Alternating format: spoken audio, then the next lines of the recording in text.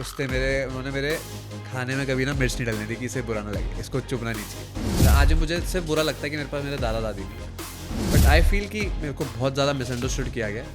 But हाँ, ये है कि हेटर्स कितने भी हो मुझे उनसे फ़र्क ही नहीं पड़ता। जितने लोग 9 to 5 की जॉब कर रहे हैं ना भाई, वो 50,000 60,000 कमा रहे हैं। हम एक रील डालते हैं, हम 1.5 लाख कमाते हैं, 2 लाख कमाते हैं। लोग स्ट्रगल बड़ा करते हैं, पर लोग कभी ये नहीं बताते कि जब 30 दिन के बाद एक दिन काम मिलता है उसमें कितना पैसा मिलता है। उसके बाद से भाई मैंने एक चीज़ मान ली थी कि जब तक मेरे माँ बाप है ना, मैं जितना टाइम दे सकता हूँ उतना दूँ। इनसे ऊपर मेरे लिए कोई नहीं होगा। लक्ष्य और हर्ष की बात पे दिग्विजय से बीच में आगे अकड़ क्यों रहा है और बोल रहा है कि बैठ पीछे हो। मैं भगवान कसम, माँ कसम, मैं खुद को भी अनडिजर्विंग कहता हर्ष के आगे। नायरा मेरा अगेंस्ट थी, दिग्विजय मेरा अगेंस्ट था, पूरा एग्जाइल ही मेरा अगेंस्ट था। अगर मैं आया तो फिर सारे कंटेस्टेंट की कुंडली चेक करना शनि भारी होगा। Hi, this is Shivet and you are watching me on bazooka.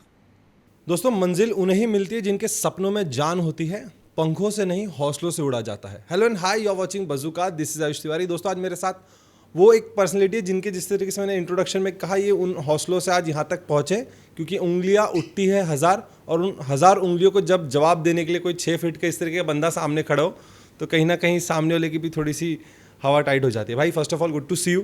Thank you भाई एंड वेलकम टू बज़ूका। मैं आपसे सबसे पहले जानना चाहूँगा, क्योंकि आज तक ऑडियंस ने जो टीवी पर देखा है, जो रियलिटी शोज़ में आपको देखा है, उसके अलावा अगर बात करूँगा शिवित की, तो वो रियल लाइफ में किस तरीके की पर्सनैलिटी लेकर आज मार्केट में स्टैंड कर रहा है? यार, जो मेरे को रियलिटी शोज़ में देखा है ना, वो मेरा 2% है कि मुझे कभी दिन में गुस्सा आ गया तो वो दिखा दिया उन लोगों ने। क्योंकि रियलिटी वाले मेरी कभी वो फन साइड नहीं दिखाते।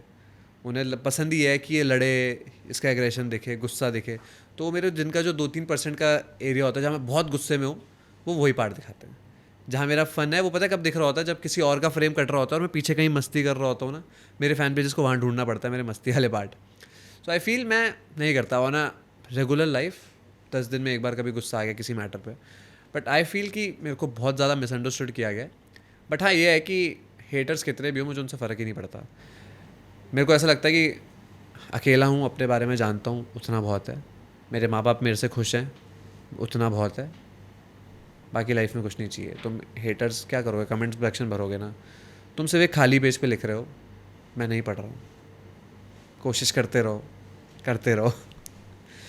अगर तुम्हें सही में मेरे को तुम्हारे लिए, अगर सही में तुम्हें मेरे को इफेक्ट करना है तो जैसे मैं पोस्ट करूँ उसके अगले 4 या 5 सेकंड में करना है, क्योंकि मैं पहले 5 कमेंट पढ़ता हूँ।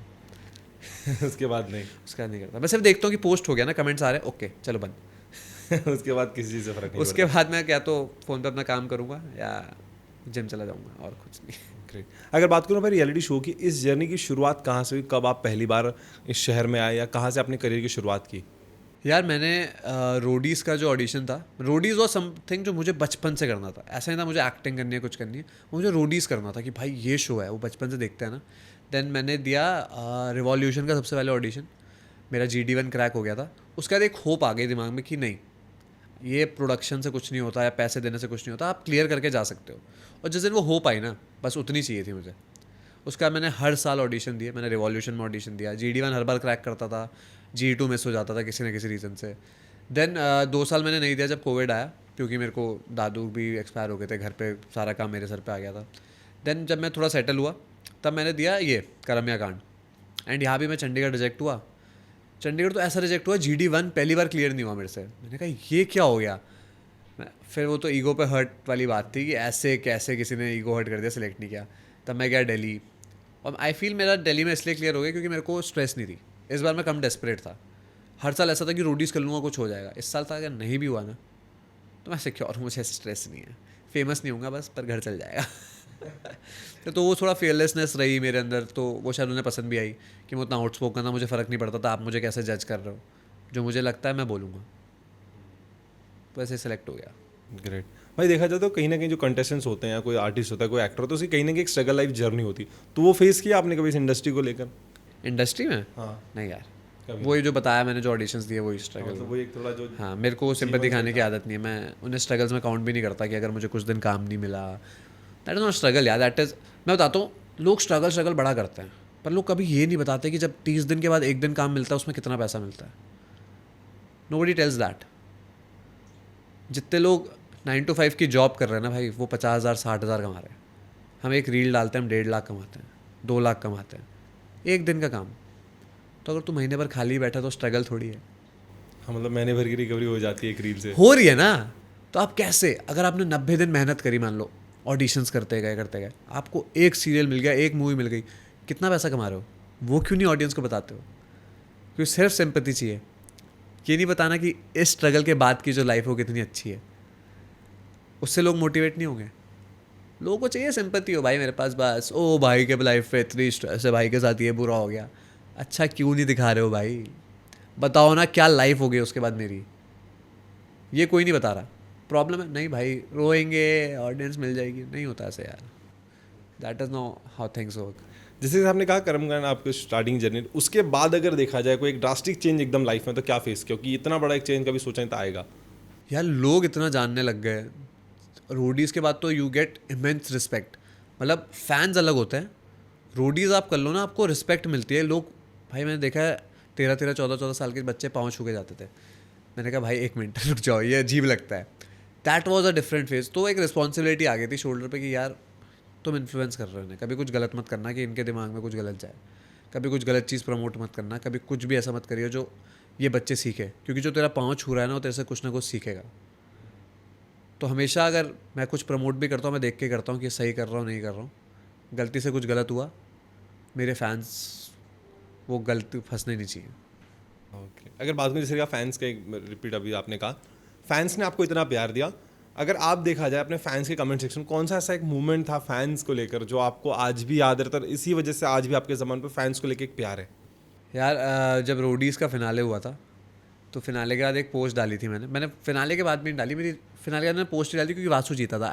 मैं चाहता नहीं था कि कुछ भी ऐसा हो कि वासु के पास थोड़ी भी हेट दे लोग या कुछ भी हो। तो मेरा एक पुराना पोस्ट था जो मैंने पिन कर रखा था, भाई उस पर इतने कमेंट्स आए ना, you are the only deserving winner, ये भरता गया पूरा कमेंट सेक्शन में, सिर्फ ये लिखा है the only deserving winner, the only deserving winner. मेरे को लगा ये पागल हो गए हैं, क्या हो गया है। उस दिन मुझे याद है मेरे पे करीबन 6,500 मेंशंस थे, 6,500 स्टोरी पे मेंशन थे, कि मैं थक गया था मेंशंस देख देख के कि भाई क्या हो गया है। फ़ोन फ्लडेड था कि आप कैसे हार गए, मैं बुरा लग रहा है, बट लोगों के रोने की स्टोरीज कि आप हार गए हो। भाई मैंने कहा ये तो पागल है भाई सब। अच्छा भी लग रहा था पर यार बुरा लग रहा था कि मेरे लिए वो कुछ नहीं है। मैं मूव ऑन कर जाता हूँ बहुत जल्दी चीज़ों से। मैंने 1 महीने 4 या 5 महीने पहले शूट किया था, तो मुझे नहीं फ़र्क पड़ता स्क्रीन पे मैं हार गया हूँ क्या हो गया, वो वहाँ था। अब मैं लाइफ में बहुत आगे बढ़ चुका था, बट लोग इतना कनेक्ट कर रहे थे। मैंने कहा यार शिट ब्रो इतना प्यार, बड़ा अच्छा उस दिन, बड़ा अच्छा लगा था कि यार दिस इज समथिंग। क्योंकि ट्रॉफी ज़्यादा वो एक प्यार हाँ, आपको हमेशा इसलिए बरकरार मुझे कभी रखता उसके बाद मुझे कभी लगा ही नहीं कि ट्रॉफी इंपॉर्टेंट है। वो कमा लिया वो बहुत है। है। भाई मैं देख रहा हूँ कहीं ना कहीं रियलिटी शोज़ में ऐसा होता है, पता नहीं आप इस तरह बिलीव करते होंगे, जो फर्स्ट आता है और जो सेकंड रनर होता है, 2 लोग होते हैं, एक फर्स्ट और सेकंड होता है, फर्स्ट से ज़्यादा सेकंड वाले को ज़्यादा इज्जत क्यों मिल रही है इस टाइम पे देखा जा रहा है? भाई मैंने बहुत पहले बोला sympathy, India works on sympathy. India को कोई चाहिए जिसे वो सिंपैथी दे सके। साला हम भी हारे हैं लाइफ में, ये भी हारा है हमारे साथ का है। हाँ, इसके साथ भी कोई और गलत करके गया है, चाहे बैक स्टोरी नहीं पता हो, इसके साथ कुछ गलत हुआ है, हमारे साथ भी हुआ है यार, शिट इसका सपना टूट गया। क्योंकि इंडिया में सपने देखने वाले बहुत हैं, सबके पूरे नहीं होते, क्योंकि ऑडियंस इतनी, वो पॉपुलेशन इतनी ज़्यादा है, हर किसी का सपना पूरा नहीं हो रहा, कहीं ना कहीं नीचे आके रुक रहे, तो वो रिलेट कर पाते हैं कि यार इसका सपना रह गया, ये हो गया, वो हो गया। So that is why second वाले ज़्यादा प्यार ले जाते हैं, थर्ड वाले ज़्यादा प्यार ले जाते हैं। सिंपल सिंपैथी का ही खेल चल रहा है यार, क्योंकि वो खुद भी खाते हैं मैं चाहता, मैं सच्ची बता रहा हूँ, मैं रोडीज़ के फिनाले के बाद आता, 2 आंसू तो टपकाने थे कम से कम 10,000 फॉलोअर और ले जाता। मतलब कहीं ना कहीं आपको लगता है कि सिंपैथी के कारण ही ये जो फैन फॉलोइंग आगे बढ़ रही है वो एक रीज़न है? नहीं ऐसा नहीं है, बट मैं एडवाइस दे रहा हूँ, अपनी फैन फॉलोइंग आगे बढ़ानी है, सिंपैथी खाओ। It's very clear. पर मैं देख, मैं ऑनेस्ट होता हूँ, वो ना फिर थोड़े टाइम के लिए रहेगी, it won't last for very long. अगर आपने एक बार सिंपैथी ले ली कोई भी हो, फिर ना दुआ करना कभी लाइफ पे गलत ना नजर आओ उनके आंखों के आगे, क्योंकि जितना प्यार दे रहे हैं ना इस समय, अगर उन्हें तुम कहीं भी गलत दिख गए, ये तुम्हें धो भी उतनी बुरी तरीके से देंगे। क्योंकि सिंपैथी में प्यार तो देते हैं, पर जब हर्ट होते हैं ना, फिर आपको पता है कैसे क्या लिखेंगे तुम्हारे लिए। कभी आपने फेस किया भाई ये चीज़ वाली चीज़? भाई मैं बता तो रहा हूँ, रोडीज़ का कमेंट सेक्शन ऑफ थे, आए होंगे, मैं तो लिख के दे रहा हूँ, मेरे को लोग बोलते हैं कि तेरे कमेंट में बहुत गालियाँ हैं। मैंने कहा ठीक है, जब तक मैंने नहीं देखी वो नहीं है, मैं क्यों अपना मेंटल हेल्थ ख़राब करूँ यार। कौन है वो लोग? देखो जो प्यार करते हैं वो मेंशंस में भी आ जाते हैं, वो किसी ना किसी तरीके से प्यार भेज देते हैं, बाहर मिल जाते हैं, फ़ोटोज़ खिंचवा लेते हैं, हो जाता है। पर मैं उन हेटर्स पे फोकस क्यों करूँ? एक दिन क्यों ख़राब करूँ? 10 कमेंट पढ़ूंगा, बुरा तो लगेगा, इंसान हूँ, क्यों पढ़ूँ? और काम है, उस इंस्टाग्राम पे बैठ के स्क्रॉल नहीं करना। वैसे ही फेक आईडीज़ होती हैं यार आधे से ज़्यादा, रियल आईडी से कौन ही कमेंट करता है? होंगे 4-5 जो कमेंट करते हैं। मैं वो बताता हूँ, मेरे को एक बहुत ही तगड़ा कमेंट आया था, सॉरी अभी मैं बहुत ही बुरी बात बोल रहा हूँ। तो देयर दिस गर्ल मुझे कहती है कि तू साले, तू हाथ में चूड़ियाँ पहन ले और रोड के बीच पे पैसे मांग। और वो एक लेडी थी। मुझे इतना ख़राब लगा कि 35-36 साल की होंगी, इनकी थिंकिंग ये है कि चूड़ियाँ पहन ले। मैंने कहा बे, मतलब आप खुद ही औरतों को कमज़ोर कह रहे हो क्या? क्या कह रहे हो? क्या बोलना क्या चाहते हो क्या? क्योंकि आप एक लेडी हो, आप मुझे कह रही हो चूड़ी पहन ले। मैंने कहा, फिर प्रॉब्लम पता है क्या है, मेरे पे ऐसे ऐसे काउंटर होता है ना, मैं रिप्लाई दे दूँ बढ़िया, पर पता है क्या लोग बोलेंगे, देखो साला गिरा हुआ है, ऐसे रिप्लाई दे रहा है। तो देख के भी नजरअंदाज मैं कहता क्यों देखूं, क्योंकि मेरे मन में आएगा इसके, पेलता हूँ वापस साले को देता हूँ। छोड़, लिखते जाओ लिखते जाओ। And I am telling you these guys a good famous, जिसकी बात कर रहा हूँ, जो भी लेडी है 30 to 40 की होगी, शी हैज सम 200 के फॉलोअर्स, उसने कमेंट किया था ये। मेरे को ऐसा लगा, मैंने कहा क्या बोलूँ इसको। ना, बहुत ऐसी इच्छा और अगर जवाब देने अब का। पता है मैंने क्या किया, मैंने सोचा मैंने स्क्रीनशॉट डाल देता हूँ बस। पता प्रॉब्लम क्या है, मेरे वाले तो भूत बना देंगे। तो उसे बुरा लगेगा, फिर मैं सोचता रहता लेट गो कर दिया। यार लड़कियों को बहुत गंदा लिख सकते हैं लोग, लिमिट नहीं छोड़ते ना साले, दिक्कत ही है। आप क्रिटिसाइज करो, आप गंदी चीज़ें मत लिखो कि तेरे साथ ये कर देंगे वो कर देंगे। नहीं यार, हम लड़के हमें तो क्या ही लिख दोगे, तो मारेगा, तेरे को पेल दूंगा, ये आ सकता है मैक्स, तू मिल कहीं तेरे को बताएंगे, इसके ऊपर क्या आ जाएगा। पर लड़कियों को बहुत गंदा आ सकता है। भाई कभी डर लगा इन चीज़ों के लिए, कमेंट सेक्शन को लेकर? कभी नहीं आज तक कि कुछ ऐसा हो जाएगा यार, इसने ऐसा जो हो रहा है। कमेंट सेक्शन में लिख रहे हो वो मेरे बारे में जानते हैं। मैं तो बोल भी देता हूँ, मेरा बाल भी बांका करके दिखा दो भाई, वो नहीं कर सकते कुछ यार। वो जो यहाँ लिखता है ना, वो रियल लाइफ में कुछ नहीं उखाड़ सकता। जो एक्चुअल रियल लाइफ में कुछ करने वाला होता है, तेरे को बताएगा नहीं कि भाई ये करूँगा मैं, वो करूँगा, वो कर देता है, सिंपल। मैं एक्चुअली बता रहा हूँ, मैं अपनी लाइफ में मैंने वो फेज़ भी देखा जहाँ मेरे आसपास सब गुंडे थे, ये सब बहुत ही ख़राब काम करते थे। तो मुझे पता है वो लोग किसी को बोलते नहीं हैं, अगर उन्हें करना है वो कराएंगे, मुंह से नहीं बता, लिख के नहीं देंगे कि टेक्स्ट, ओ भाई मैं तेरे साथ ये करने वाला हूँ, तू मिल तेरे को बताऊँगा। ये सब नहीं करते, ये वो करते हैं जिनसे बातें करनी होती हैं, उससे ऊपर नहीं होता उनसे कुछ। जैसे कि आप कह रहे हैं कि गुंडों के साथ था, कौन सा फेज था, क्या लाइफ का था मतलब? मैंने बताया था रोडीज से पहले कि मैं बुकी था एक, तो मेरा तो पूरा सर्कल वो था। जब अब हंसी आएगी, मैं 18 का था उस समय भाई, जब मैं ये सब कर रहा था। 17, 18, 19, हाँ 18, 19, 20 में मैं ये कर रहा था। मतलब कैसे ज्वाइन भाई, कहाँ से दिमाग दौड़ा कि ये करना चाहिए, कैसे? यार यहाँ मेरा तक ना पहुंचे? सर्कल थोड़ा ख़राब है, मैं बताता रहा हूँ। मैं उन बच्चों में आता हूँ स्कूल से भी जिसका नाम प्रिंसिपल को पता होता है कि कांड हुआ ये है, सिंपल। मेरा सर्कल वैसा था। और उसके बाद अब सर्कल बड़ा बड़ा, हम तो वो भाईचारे वाले हैं ना कि ये दोस्त, इसका दोस्त भी दोस्त, उसका दोस्त भी दोस्त, उसके दोस्त का बर्थडे वहाँ भी जाएंगे। तो वो टाइम वो था।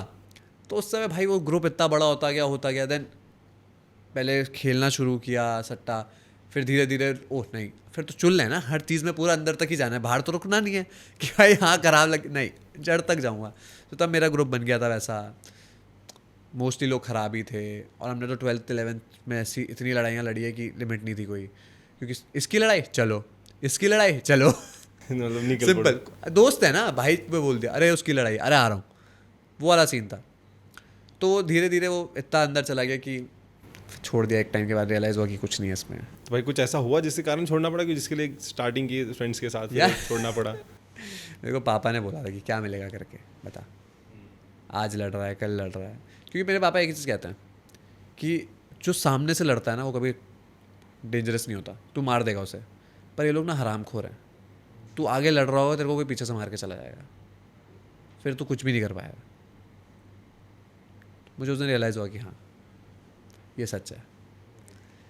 भाई आपको कहीं ना कहीं अपने गुस्सों में देखा है, गुस्सा करते हो आप दिखते रहते कहीं ना कहीं, जैसे कि आपने कहा कि मेरा वो मोमेंट हमेशा छूट जाता है, वो पीछे ही रह जाता है, वो देख नहीं पाती ऑडियंस। लाइफ का सबसे सैडेस्ट मोमेंट कौन था जहाँ पर आपको लगा कि यार मैं ऐसा भी हूँ, इतना इमोशनल हूँ, ऐसा कभी लगा है? यार मैं ना जब दादू थे हॉस्पिटल में, मेरे को नहीं लगा था, मैं बहुत पत्थर दिल, मतलब मेरे को तब तक लगता था मेरे को घंटा कोई रुला देगा, अबे चल कुछ नहीं फ़र्क पड़ता। बट जब मैं छोटा था, पहले तो बताता हूँ, जब मैं बहुत छोटा था मेरी दादी की डेथ हो गई थी और मैं उनसे सबसे ज़्यादा कनेक्टेड था। तब भी मैं नो नहीं पाया। तब एक स्टेटमेंट सुनी थी मैंने, उस पर एक स्टेटमेंट उस समय नहीं, थोड़ा पहले सुनी थी, जो आज तक पता नहीं क्यों दिमाग में है। सिर्फ एक इमेज है जहाँ पे शायद दादाजी ने या पापा ने किसी ने वर्ड लाइन बोली थी कि लड़के रोते नहीं। और ये पता नहीं किस, मेरे को याद नहीं है पूरी क्लियर इमेज नहीं, बहुत छोटे बोला था ये। उस समय से मेरे दिमाग में थी कि मैं तो रो ही नहीं सकता, रोना तो है ही नहीं अंदर। तो धीरे धीरे वो पत्थर बनता जा रहा था। दादी के टाइम भी नहीं रोया, पर दादू का टाइम मैंने पूरी साइकिल देख ली, क्योंकि 14 दिन वो कोविड में थे और मैं उनके साथ पूरे टाइम अपने वार्ड में था। आई वॉज वेरी लकी कि मैं उनके साथ रह सका। कोविड में किसी को किसी के साथ ही रखा जा रहा था, बट क्योंकि वो पहले कोविड के केस में एडमिट नहीं हुए थे, वो नॉर्मल उन्हें ब्रीदिंग प्रॉब्लम हुई थी उसमें एडमिट हुए थे, तो मैं एक रह सकता था तब। तो अब ऐसा हुआ कि मैं अंदर था और वो कोविड पॉजिटिव आ गए थे, तो मेरे को भी बाहर नहीं भेज रहे थे कि अब तू तो पहले से एक रात साथ रहा है, तू कैसे बाहर जा सकता है, तू भी पॉजिटिव ही होगा। तो 14 दिन में उनके साथ रहा एंड उस टाइम मैंने शायद हर चीज़ देख ली, उनका प्यार, हर चीज़। क्योंकि धीरे धीरे बॉडी ख़त्म होती जाती है, ख़त्म होती जाती है। कोविड आपको तड़पा देता था, तो उस समय मैं टूट गया। मैं था बहुत स्ट्रॉन्ग, बट शायद तब भी मैं किसी के आगे नहीं रोया, तब मैं बड़ा वो रहा हीरो। पर जब कमरे में गया ना, मेरी बैंड बज गई। मैंने कहा नहीं, दादू नहीं जाने चाहिए था यार, क्योंकि वो सपोर्ट थे यार। उस दिन तक ना मुझे स्ट्रेस नहीं थी लाइफ में, मतलब 1% की स्ट्रेस नहीं। पैसा दादाजी दे देंगे, वापस आ जाएगा। जिस दिन वो चले गए उस दिन के बाद रियलाइज हुआ, फक कितना बड़ा हाथ था ये सर के ऊपर। और मेरे को हर कोई कहता था कि तू ना, मैं लड़ता था, बहुत लड़ता था, दादाजी से लड़ाई हो गई, पापा से लड़ाई हो गई, तो मेरे को मेरे बुआ लोग कहते थे तू एक बात याद रखियो, जिस दिन वो नहीं रहेंगे ना, तू ही सबसे ज़्यादा मिस करेगा।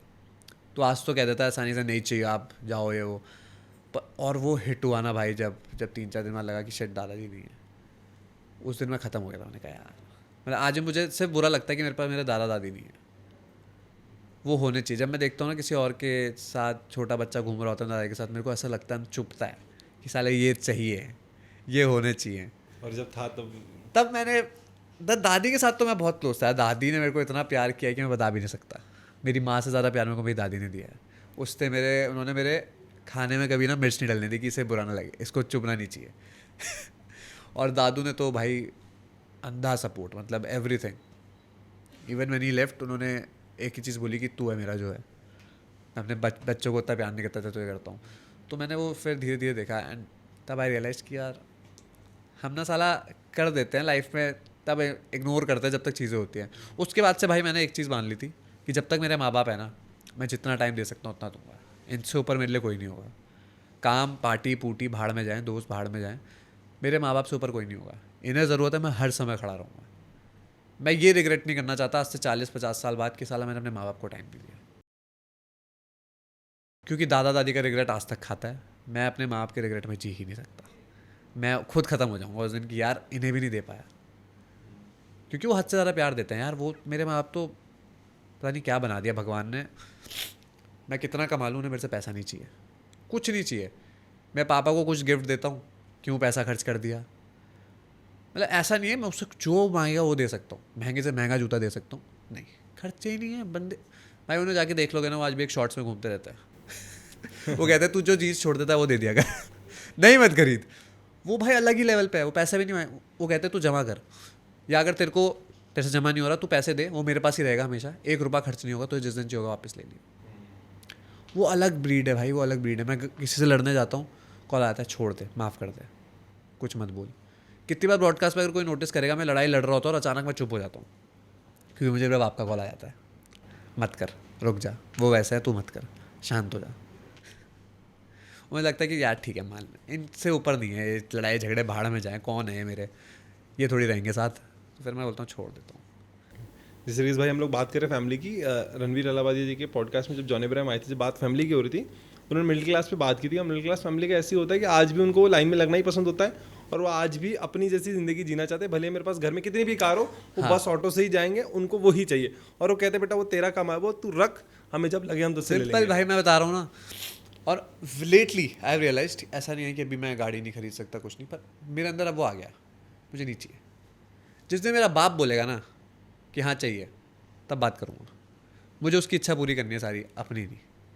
मैं उसकी सारी ख़त्म करूँगा, उसके बाद सोचूंगा अपने बारे में कि भाई ठीक है। अगर साला मैं आज कुछ खर्चे कर दूँ और मैं कल मेरा बाप मेरे से कुछ मांगे मैं उसे दे नहीं पाऊंगा ना, तो मेरे से बड़ा घटिया औलाद कोई नहीं है।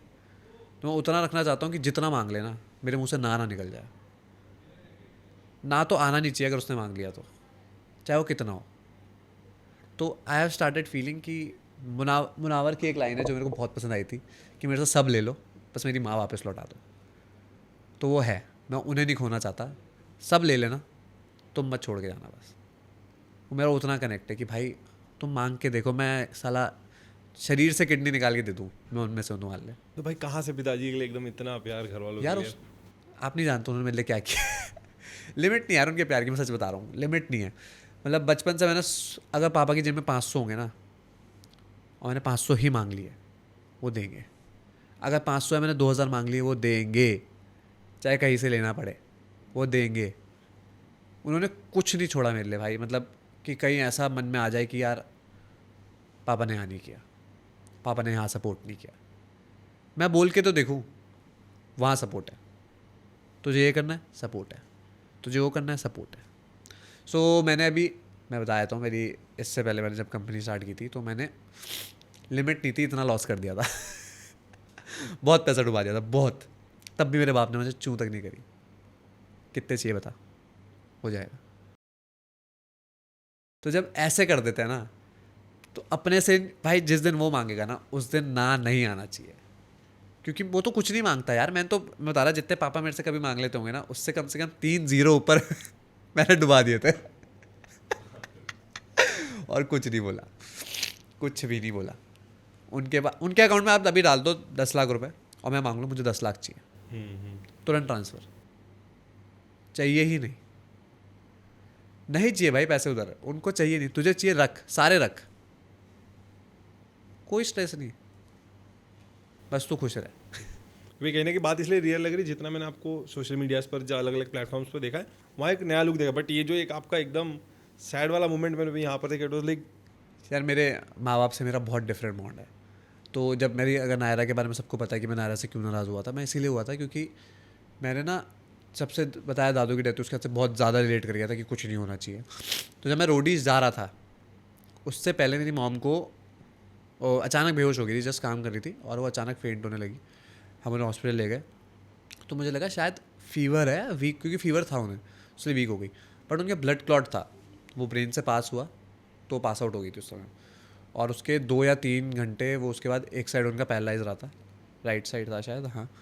तो मैं उस समय बहुत सीरियस हो गया था और मैंने कॉल कर दिया था जो कोऑर्डिनेट कर रहा था कि there is a very high chance कि मैं नहीं आ रहा हूँ रोडीज़ में। और तब मुझे लगा कि इन लोगों ने इस बात का भी मजाक बनाया। तो मैं इतना ज़्यादा गुस्सा था कि यार मेरी माँ से इंपॉर्टेंट ना रोडीज़ है ना कुछ है, वो मुझे 2 रोटी खिलाएगी, मैं खुश रहूँगा, पर इसे कुछ नहीं होना चाहिए। तो मैंने इसलिए उस समय मना किया था। उन लोगों को लगा कि मैं मजाक कर रहा हूँ। अब मैं माँ को हॉस्पिटलाइज में वो मजाक करूँगा, इतना थोड़ी गिरा हुआ हूँ यार कि सीरियसली मैं मेरी माँ हॉस्पिटलाइज है उस पर मजाक करूँगा। कहीं ना कहीं एक लाइफ में ऐसे कुछ पॉइंट्स हैं जहाँ पर फैमिली को लेकर आपने हमेशा अपना जितना, फैमिली को तो बोल के देखो, मुझे फ़र्क ही नहीं पड़ता मैं कहाँ खड़ा हूँ, मुझे नहीं फ़र्क पड़ेगा। मीडिया हाउस खड़ा है, पुलिस वाले खड़े हैं, कोई खड़ा है, उंगली करके तो देखो, मैं बताता हूँ मैं क्या हूँ। उनके ऊपर नहीं सुन सकता मैं। आप मेरे को बोलो यार, मेरे बारे में बोलो कैरेक्टरलेस हूँ, ये हूँ, वो हूँ एक्सेप्टेड। मेरे माँ बाप, या जैसे मैं अपनी फैमिली मान चुका हूँ, मेरे चाहे दोस्त, मेरे भाई, मेरी बंदी, उंगली मत करना, नहीं छोड़ूंगा कहीं का भी। नहीं उतना अच्छा आदमी हूँ, सच बता रहा हूँ। मेरे पापा को सब थैंक यू बोला करो, मुझे रोकते हैं। मैं नहीं उतना अच्छा इंसान कि मैं ऐसे रुक जाऊँ अपनी फैमिली की बातों पे। मतलब उनके हाथ की वजह से आप हमेशा अरे वो भाई मेरी लड़ाई होती है ना, अगला कॉल आता है, कहाँ जा रहा है बैठ जा कर। फिर वो बोल देते फिर क्या, फिर तो क्या ही लड़ाई होनी है, उनकी ज़बान से ऊपर कुछ नहीं कर सकता मैं। भाई जिस तरीके से फैमिली की बात की आपने, उसमें एक बंदी का नाम किया, मैं आपसे जानना चाहूँगा मर्द के लिए उसकी पसंदीदा औरत क्या है? भाई मेरी तो देखो, बहुत लोग बोलेंगे पसंदीदा औरत है, मेरी माँ है। मैं भी बोलता हूँ, मैं जब भी किसी को डेट करता हूँ, पहली स्टेटमेंट बहुत क्लियर होती है उनको कि याद रखना तू सबसे ऊपर होगी, मेरे माँ से कभी ऊपर नहीं आने वाली। अगर मेरी माँ ने कुछ गलत बोल दिया तो सुन लेना चुपचाप, उनके लिए जवाब नहीं जाना चाहिए। वापस उनका बुरा लगा मुझे सुना देना, पर मेरी माँ को कभी कुछ गलत मत बोल देना, सुन तक नहीं सकता मैं। मैंने बहुत कुछ बोल दिया बचपन से, मैं अब उन्हें कुछ गलत बोलना नहीं चाहता, मेरा हो गया है ना। मैं चाहता हूँ वो सुने, अब मैं सिर्फ चाहता हूँ वो खुश रहे। अब मुझे नहीं फ़र्क पड़ता कि उनकी कुंडली के कौन से ग्रह खराब है, मैं उन ग्रहों को भी पागल कर दूंगा, लेकिन मेरे माँ बाप खुश रहने चाहिए। किसी को भी छोड़ सकता हूँ, लिटरली बोल रहा हूँ, किसी को भी छोड़ सकता हूँ। अगर आज अनिका बोल देना मेरे माँ बाप के बारे में, अगले सेकंड छोड़ दूंगा। She knows that. हाँ ना नहीं होगी, माफ़ी भी नहीं होगी, उनसे नहीं है ऊपर। और उस चीज़ की रिस्पेक्ट भी करते हैं अनिका जी, आप हाँ, देखते हैं। या मेरी हर गर्लफ्रेंड को पता है कि मेरे लिए तू पैसा मांग ले, तुझे चाहिए पैसा, कोई भी हो, पैसा मांग लो, जो चाहिए मांग लो, टाइम मांग लो, पूरे टाइम तुम्हारे साथ रहूँगा, बस माँ बाप के बारे में कुछ मत बोलना। अगर मेरी माँ ने बोल दिया कुछ गलती से, गुस्से में माँ बाप बोल देते हैं, सुन लो, गुस्सा आया मुझे सुना दो, उनको मत बोलो। वो बहुत इंपॉर्टेंट है भाई। अभी भी मैं झाड़ खा सकता हूँ, मैं हद झाड़ खाता हूँ और फिर कहता हूँ यार क्या बोल रहे हो यार। बस नाइस भाई। जिस तरीके से अपनी गर्लफ्रेंड की बात की, लाइफ में कितनी गर्लफ्रेंड ओवरऑल देखा जाए तो? भाई सीरियस एकदम सीरियस मजाक 10 मिनट के लिए। 10 मिनट के लिए दे रही। भाई जिनके साथ रिलेशनशिप है तो उन्हीं का बताता हूँ। ऐसे आंकड़ा बहुत ज़्यादा हो जाएगा क्या? नहीं ठीक भी नहीं है ये सब बताना। मैं प्रमोट नहीं करता भाई ये सब। सो मैंने डेट किया है 6 या 7 लड़कियों को। आई dated 6-7 girls and with most of them जिनकी शादी नहीं हुई है, I am very still in very good term. हमारा ब्रेकअप किसी न किसी रीज़न के ऐसे हो गया, तो बहुत यंग डेट किया था मोस्ट ऑफ देम। ज़्यादातर को मैंने बहुत यंग एज में डेट किया था, तो तब तो हो जाते हैं ब्रेकअप्स यार। कोई कॉलेज के लिए शिफ्ट करता है, कोई कहीं के लिए शिफ्ट करता है, डिफरेंट सर्कल्स होते हैं। तो मेरा तो उनके साथ भी आज भी बहुत अच्छा बॉन्ड है। मेरी एक गर्लफ्रेंड है, उसको मैंने रात के 3 बजे भी कॉल किया था जब अनिका की कोई फ़्लाइट थी एंड उसका ना वेब चेक इन हो नहीं रहा था और वो SpiceJet की फ़्लाइट थी। मैंने उसे कॉल किया, मैंने कहा सुन तेरे पे आधा घंटा है, उसके बाद वेब चेक इन बंद हो जाएगा। I don't give a fuck, मुझे उसके लिए एक्सेल सीट चाहिए और विंडो सीट चाहिए करके दे। कि तू शर्म नहीं आ रही अपनी एक्स को तू प्रेजेंट गर्लफ्रेंड की टिकट करवा रहा है। मैंने करके दे। वाह, किया उन्होंने फिर? मैंने कहा कहती किससे कराया? मैंने कहा एक्स से। What was the reaction? कुछ नहीं कहा, उसे पता है। भाई पहली गर्लफ्रेंड कब थी? सबसे पहली गर्लफ्रेंड कौन सी क्लास में? 12th नहीं, सो 11th एंड 11th का मार्च चल रहा होगा, मार्च ऐसे। हाँ 11th के टाइम पे फर्स्ट गर्लफ्रेंड। फर्स्ट गर्लफ्रेंड तब थी मेरी। तो एकदम ऐसा था उस टाइम कि एकदम सच्चा वाला, एकदम नहीं, जो है यही है? नहीं नहीं। क्या था भाई? पहले ही प्यार यार का मैं सच मकसद बता क्या रहा, होगा? वो एक लौती लड़की है जो मेरे से दुखी थी, हाँ उस पे मैंने चीट किया है, ये मैं एक्सेप्ट करता हूँ। और पर वो अब मेरे साथ चिल है, कहते तूने मुझे सॉरी बोल दिया उतना बहुत है। तब मैं बहुत यंग था यार, मैंने 12th किया जब मैं 15 का था। मैं 15 का था, मैंने उस पर चीट किया। वो एक लौती लड़की है, इस पर मैंने चीट किया है, तो मैं वो एक्सेप्ट करता हूँ और मैं हमेशा उसे सॉरी बोलता हूँ कि यार, क्योंकि वो बहुत सीरियस थी मेरे लिए, मैंने उसका दिल तोड़ा था वो। पर आज भी मेरी बहुत अच्छी दोस्त है। बनती सबसे अपनी है ना? मेरी बनती सबसे है, क्या बात है। क्योंकि मैंने उनके लिए बुरा नहीं किया यार कुछ। मैंने हमेशा, उन्होंने मेरे लिए कुछ बुरा नहीं किया, मैंने उनके लिए बुरा नहीं किया। मतलब एक गुड टर्म्स का एंड है हाँ, होगा। जिनकी शादियाँ हो गई हैं अब उनसे नहीं करता मैं थोड़ा प्रॉब्लम हो सकता है, समझ रहा। भाई अगर इन 7 गर्लफ्रेंड की अगर बात करूँ टोटल, कभी ड्रंक हो गए इनको फ़ोन किया है? भाई मैं पीता ही नहीं, नहीं पीते? कोई कॉल नहीं जाएगी। कभी नहीं भी आपने आज तक? मैं एक और रीज़न है, मैंने पी है स्टार्टिंग में, पी जब मैं 19-20 का हूँ तो थोड़ी बहुत पिए दोस्तों के साथ। ऐसे कभी नहीं कि मैं बहुत ही ड्रंक हुआ हूँ, 2-3 पैग मारे, उससे ऊपर नहीं कभी किसी गया, लिमिट नहीं क्रॉस की। तो ड्रंक कॉल तो मैं इसीलिए नहीं, और मेरा एक डर ये भी था, मुझे लगता है कि अगर मैं पी लूँगा ना, मैं बहुत सारी सच्चाइयाँ बोल दूँगा जो मैंने अंदर दबा रखी है। मैं कहता नहीं नहीं पता चलेगा तुम्हें। मतलब अपने साथ ही रहेगा जब भी रहेगा। दुख दर्द अंदर मन में, किसी को पता ना लगे। भाई जैसे कि सामने दुख दर्द की बात की, आपने पूरे सीजन में देखा गया आपके दिग्विजय कहीं ना कहीं एक पॉइंट पर आकर क्लैश हो ही जाता था, लेकिन एट एंड में आप सामने से गए जब पता चला कि कशिश ने पैसों के लिए ऊपर किया है, मनी। क्या मोमेंट था दिमाग में, क्या है कि भाई यार इसके पास जाना चाहिए? यार ऑनेस्टली कशिश के डिसीजन से कोई मैटर नहीं करता हो मेरा उसके पास जाना। मुझे बुरा लगा, मुझे अपना रोडीज याद आ गया। फिनाले पे खड़े होके हारना, जब आपने हद मेहनत की हो। यार मैं तो अभी भी कहता हूँ मैं सबसे अनडिजर्विंग बंदा था उस समय जो सेमीफिनाले में खड़ा था, क्योंकि मैंने नहीं करी उस लेवल की मेहनत जितनी दिग्विजय ने करी, हर्ष ने करी, जसवंत, आकृति, इन लोगों ने करी। इन लोगों ने सब कुछ दिया शो को, कंटेंट कह लो, पूरे टाइम मेहनत करते रहे, हर समय टास्क पे फोकस्ड रहे, हर चीज़, प्रिपरेशंस, कुछ भी हो। मैं तो वैकेशन पे था, सिंपल।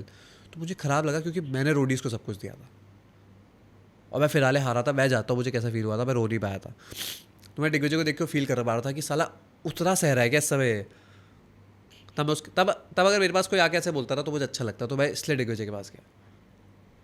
मैंने कहा क्या क्या रहेगी दुश्मनी, ऐसी की तैसी, क्या ही मिल जाएगा दुश्मनी रख के, चाहे कुछ बोल ले, पर अभी उसे बुरा लग रहा होगा। और मुझे हंसी आ रही थी, उसका कोई दोस्त ही जा रहा था उसके पास।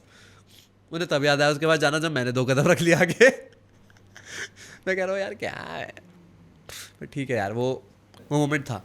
और कहीं ना कहीं आपको लगा कि यार अपने आप को उस जगह पे आपने रख कर देखा। हाँ, मतलब कि उस स्पॉट पे खड़ा है, जीत रहे हैं, सब कर दिया, हर चीज़, फिलहाल खड़ा हूँ, फिर हार गया। और हारा भी नहीं, परफॉर्म ही नहीं किया। परफॉर्म करना और उसमें हारने में फर्क होता है। मतलब परफॉर्म करके ही बुरा लगता है, मैं तो परफॉर्म किया था, मैं हारा था, बुरा लगता है, पर साला अगर परफॉर्मेंस ना करने को मिले,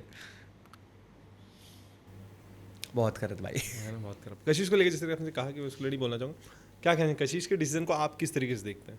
यार अगर कशिश का पर्सपेक्टिव देखोगे सही है। मुझे बताओ, दिग्विजय जब डोम में बैठा था और कशिश आई थी इधर, तो कशिश ने दिग्विजय पे फेवर किया था, क्योंकि उसके बाद जो ट्विस्ट आने वाला था, दिग्विजय तो घर था, जिसके पास कपल नहीं हो घर जाओ, तो उसने उस पर फेवर किया।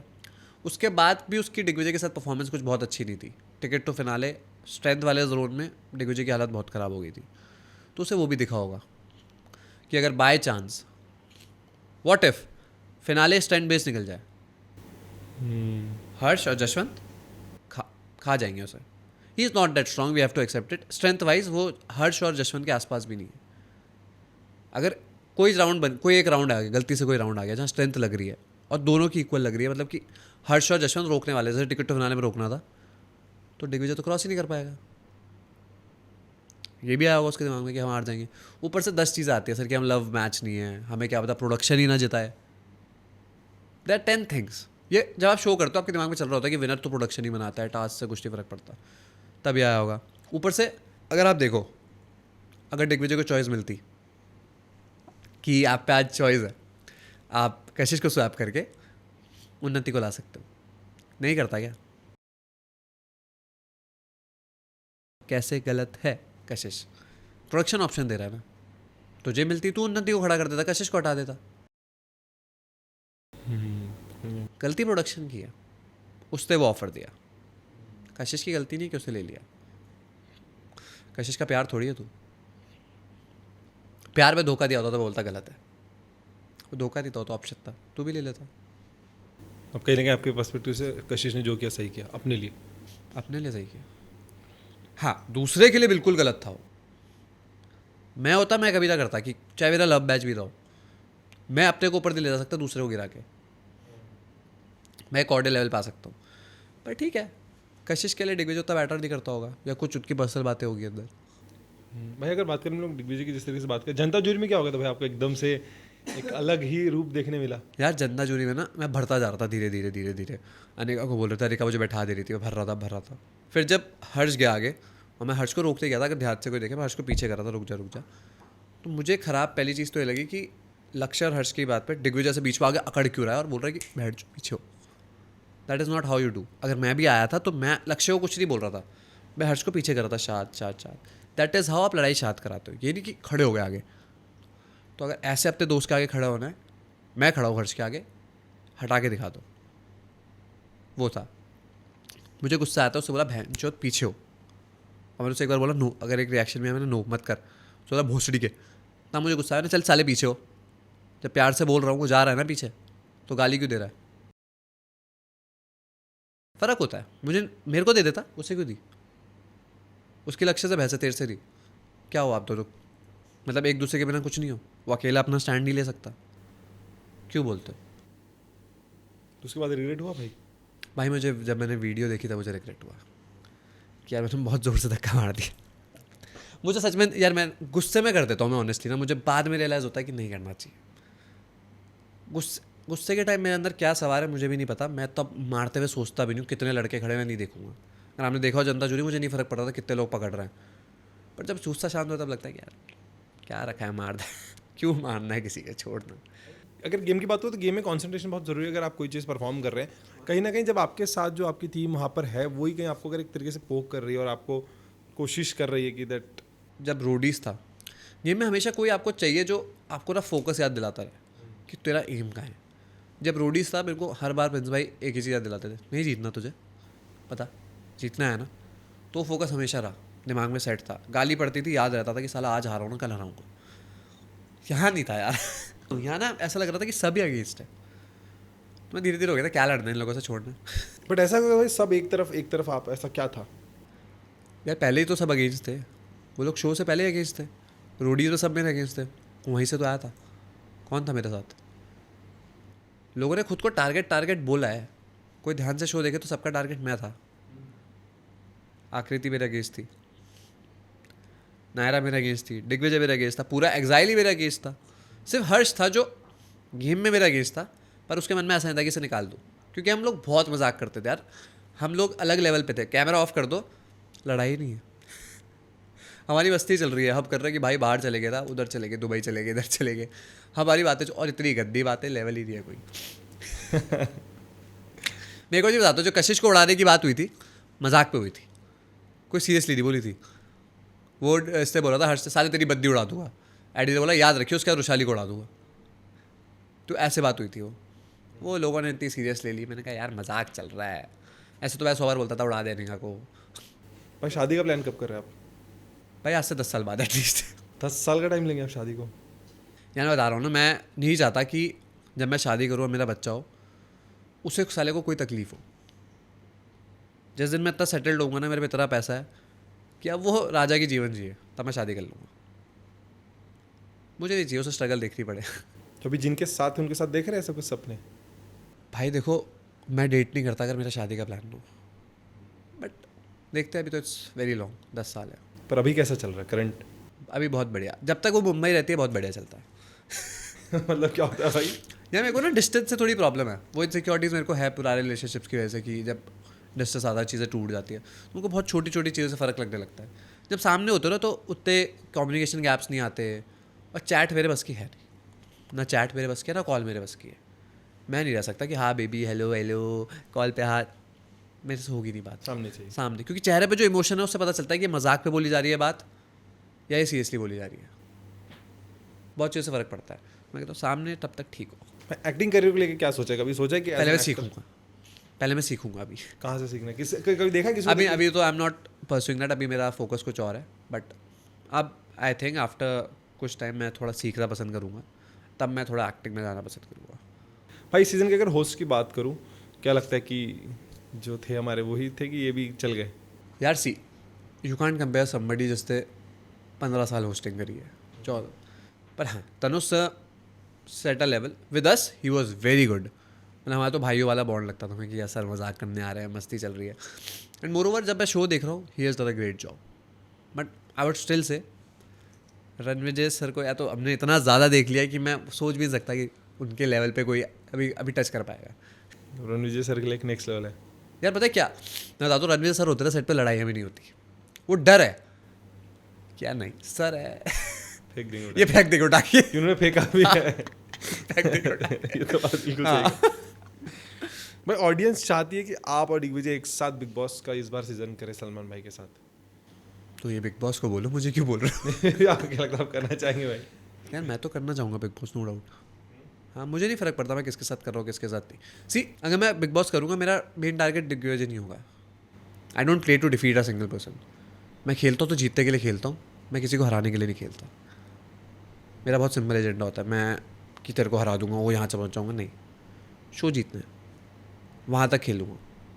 किसी एक के लिए नहीं खेलता मैं कि यार इसे हरा दूंगा खुश हो जाऊँगा। पर भाई कई लोग ऐसे कहने कि वो बिग बॉस के लिए बनी नहीं, हम उस टाइप की ही नहीं है। तो आपका ऐसा कुछ है कि दैट? नहीं भाई देखो, मेरे को नहीं लगता कि मैं किसी टाइप का नहीं हूँ। मेरे लिए तो सबसे अच्छी बात ये हो गई है कि रोडी स्प्लिट्सविला सब मेरी बुराइयाँ देख चुके हैं। इससे ऊपर मेरी बुराई अब दिख ही नहीं सकती। क्या दिखा दोगे? अब से वो जो कैमरा चलेगा ना बिग बॉस का, अगर मैं गया तो सिर्फ अच्छा ही दिखेगी। वो इसके अंदर इतना अच्छा भी है, साला स्प्लिट्सविला वाले क्यों नहीं दिखाते थे? क्योंकि इसमें चारों तरफ कैमरे रहेंगे तो ऑफ कैमरा कुछ होगा ही नहीं। और एक और चीज़ है, रोडी स्प्लिट्सविला एडिट होते हैं। अगर मैं आगे टास्क खा रहा हूँ तो मैं पीछे अच्छा नहीं दिख सकता। मेरे को ख़राब धीरे धीरे दिखाना चालू कर देंगे ताकि वो सेटल हो जाए और मेरे को हराया गया है। ओ ये तो पहले ही अच्छा था, ये तो अच्छा दिख रहा था, इसे पेल दिया। वो उस तरीके से एडिट होगा कि लाइक मैं आपको कहता हूँ मैं तेरे को हरा दूंगा ये वो, उसके बाद कुछ बेंडर होती है। बाद में दिखता है कि कोई एक डोमिनेटिंग ज़्यादा है। तो जब वो बाद में एडिट होगा ना, अगर मैं हार गया, मैं डोमिनेटिंग दिख रहा हूँ, मैं हार गया, तो आप डोमिनेटिंग नजर आओगे। Just the background music. BGM works. और कुछ एडिट्स भी होते हैं, कुछ डायलॉग कट जाता है जिसकी वजह से दूसरा डोमिनेटिंग दिखने लगता है, और फिर वो जीतता है तो फिर तो बूम बूम बूम के गाने बजाते हैं पीछे। भाई अगर बात करो अब आगे की जर्नी की, तो किस तरीके से अब आप अपने आप को देख रहे हो आगे? अभी तो मैं जो काम आ रहा है वो कर रहा हूँ, टच वुड, बहुत लकी हूँ कि अभी मेरे अगले 15 दिन तो बुकड ही है। I am doing work back to back. उसके बाद देखते हैं how life will take me further. कोई रियलिटी शो का आप वेट करें, ये मुझे करना है? वेट नहीं कर रहा मैं किसी का, मुझे कर ऑब्वियसली करना है मुझे बिग बॉस, बट ऐसा नहीं है कि वही एकलौती चीज़ है जो टारगेट पे है, बिग बॉस ही करता है। हुआ अच्छी बात है, नहीं हुआ कोई नहीं, कुछ और कर लेंगे। अगर मैं बात करूँ स्पेशली इस बार कंटेस्टेंट्स की, तो ऐसे कौन से टॉप 5 कंटेस्टेंट थे जिनको आप आगे की जर्नी में नहीं देखना चाहते, अपने आगे की लाइफ में उनको भी फेस नहीं करना चाहें कि ये इनसे थोड़ा दूर रहना है? दूर रहना कह सकता हूँ कि मैं खुद ही पसंद करूँगा, बट ऐसा नहीं है मैं दूर रहना चाहूँगा। कौन कौन होगा? आकृति हो गई टॉप पे, जशवंत हो गया, लक्ष्य, दिग्विजय, पांचवा कौन होगा? और तो कोई नहीं आई गेस। तो ये 4 ही हैं। और कोई नहीं यार, बस ये चाह रहा है। ये 4, थोड़ा इनसे डिस्टेंस रखेंगे आप लाइफ में आगे? मतलब मैं खुद ही मिलना नहीं चाहूँगा। काम है कहीं कहाँ से, काम है साथ में इनके, काम करना है कर लूँगा, पर हाय हेलो बातचीत ये नहीं हो सकती। तो बन गया अभी एक सीजन के लिए, ये सॉर्टेड है। तो ये विनर बने थे जिनके आपने नाम लिए 2 तो। ठीक है, मैंने हुई पता नहीं भाई। कितना आपके लिए डिजर्विंग था ये चीज़? अब ऑडियंस हेट दे रहा चाहे दे ले, पर मैं इसलिए कह रहा हूँ क्योंकि हर्ष रुशाली को प्रोडक्शन सपोर्ट नहीं कर रहा था। वो कभी प्रोडक्शन की वजह से सेफ नहीं हुए दोनों के दोनों। खुद देख लो, हर्ष हर बार खवाया सेफ साइड बैठा रहा, पर इधर 3-4 बार गेम हुआ है। इसलिए मैं कहता हूँ कि डिजर्विंग नहीं। मैं खुद भी कह रहा हूँ, अगर मैं भी खड़ा होता ना भाई, मैं भगवान कसम, माँ कसम, मैं खुद को भी अनडिजर्विंग कहता हर्ष के आगे, क्योंकि हर्ष हर समय सेफ रहा। उसने अर्न किया था वो स्पॉट, चाहे ज़्यादा बोलता था चाहे कुछ करता था, पर वो बैठा रहता था। हटाया किसी ने? वो बताओ, वो भी तो बात है एक। भाई lastly anything else you want to add on this podcast कि ये ऑडियंस मेरा इस पॉइंट को समझो और जाने? हाँ, पहले हाथ जोड़ के माफ़ी मांगता हूँ जिसके लिए मैंने कुछ गलत बोल दिया हो। सिर्फ शो पर्सपेक्टिव पे बोला होगा अगर मैंने बोला है, बाकी तो ऑल सॉर्टेड है। बाकी तो चल रहा है। बाकी मेरी उनसे कोई बीफ नहीं है, मुझे उनके नाम से कोई फुटेज नहीं चाहिए, जो भी है। सॉरी, आपके आइडल्स आप रखो, सिर्फ भैया ने पूछा तो हमने आंसर दे दिया, बस उतना था। ग्रेट भाई, लास्टली एनी अपकमिंग प्रोजेक्ट्स जो जिसका ऑडियंस को शायद कुछ नया देखने मिला आपके? हाँ यार, आज क्या डेट है? 22 हो गई ना। 27 को एक गाना शूट कर रहा हूँ मैं, then I am shooting on 3 गाने और आ रहे हैं मेरे, सॉरी 4 गाने और आ रहे हैं। 3 शूट होने, 1 शूट हो गया, आ जाएगा कुछ 15-20 दिन में। 3 और शूट करने, बस दैट्स ऑल फॉर नाउ। और हाँ, और भी कुछ है, वो जब आएगा तब बता देंगे। थैंक यू सो मच भाई कि आपने अपना टाइम दिया। आप कंटिन्यू शूट्स में पैक है, लेकिन हाँ आपका एक पॉइंट बहुत इस पॉडकास्ट में अगर देखना तो एक फैमिली को लेके जो पॉइंट दिखा कि हमने एक एनिमल पे देखा था रणबीर कपूर को। भाई मैंने इसीलिए सपोर्ट किया। मैंने जब लोग कहता था कि he was this he was that, तो किसी ने एक चीज़ नोटिस थी कि वो अपनी वाइफ के साथ भी उतना ही अच्छा था। सिर्फ एक पॉइंट पे रूड हो जाता था जब माँ बाप की बात आती थी। क्योंकि अगर एक स्टेटमेंट आई थी उसकी वाइफ, तो उसकी वाइफ ने ये बात बोली थी कि जब तुम अपने माँ बाप को बोलते, जब आप लोग नहीं थे ना, ये था मेरे साथ। इसने हर उस जगह साथ दिया है जहाँ कोई खड़ा नहीं होता। तो किसी ने वो अच्छी साइड नहीं देखी। दिक्कत है ना, लड़कों की गलत साइड जल्दी देख रही है, वो नहीं देख रही जो अच्छी साइड थी। वो अपनी वाइफ की कितनी केयर करता था, वो किसी देखा? तो कहीं ना कहीं वो एक साइड लोगों को ज़्यादा पसंद आते हैं। ऑब्वियस देखो ना यार, वो फैमिली जब बोला जाता है ना, तो आप हर किसी के लिए हो। दे आर टाइम्स जब आपको चूज़ करना पड़ जाता है कि ये तो ऑब्वियसली उसकी प्रायोरिटी उसका बाप था। जैसे मेरे माँ बाप मेरी प्रायोरिटी है, वो हमेशा रहेंगे।